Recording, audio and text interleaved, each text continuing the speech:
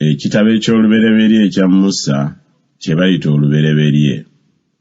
Essula ey'okusatu. N'omusota gwali mukalabakala okusinga ensolo zonna ez'omu nsiko ze yakola Mukama Katonda. Ne gugamba omukazi nti, bw'ati bwe yayogera Katonda nti, temulyanga ku miti gyonna egy'omu lusuku. Omukazi n'agamba omusota nti, ebibala by'emiti egy'omu lusuku tulya. Wabula ebibala by'omuti oguli wakati mu lusuku, Katonda yayogera nti, temugulyangako newaakubadde okugukwatangako muleme okufa. Omusota ne gugamba omukazi nti, okufa temulifa.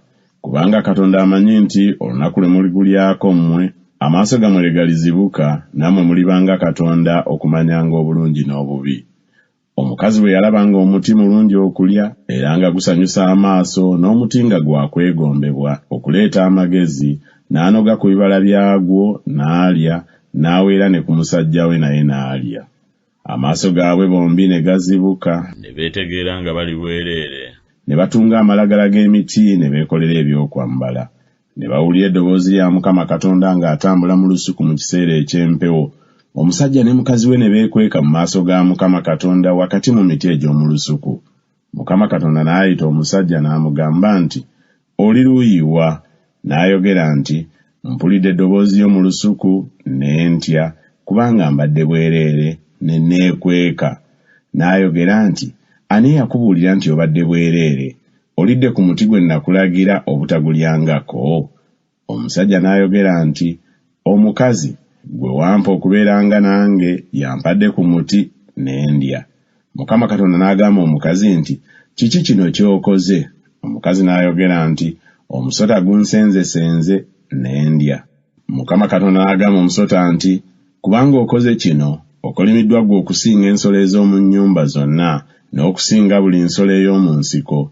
Onootambuzanga olubuto, onoolyanga enfuufu ennaku zonna ez'obulamu bwo. Nange obulabe naabuteekanga wakati wo n'omukazi, era ne wakati w'ezzadde lyo n'ezzadde ly'omukazi. Ezzadde ly'omukazi lirikubetenta omutwe, naawe olibetenta ekisinziiro.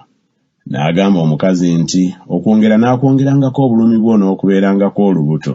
Mu bulumi mw'onoozaaliranga abaana, n'okwegombako kunaabanga eri musajjawo, naye anaakufuganga. N'agamba Adamu nti, kubanga owulidde eddoboozi lya mukazi wo n'olya ku muti gwe nakulagira nga njogera nti togulyangako, ensi ekolimiddwa ku lulwo. Mu kutegana mw'onoggyanga ebyokulya ennaku zonna ez'obulamu bwo. Amaggwa n'amatovu geeneekuzaaliranga, naawe onoolyanga omuddo ogw'omu nnimiro. Mu ntuuyo ez'omu maaso go mw'onooliranga emmere, okutuusa lw'olidda mu ttaka, kubanga omwo muwaggyibwa, kubanga oli nfuufu ggwe ne mu nfuufu mw'olidda.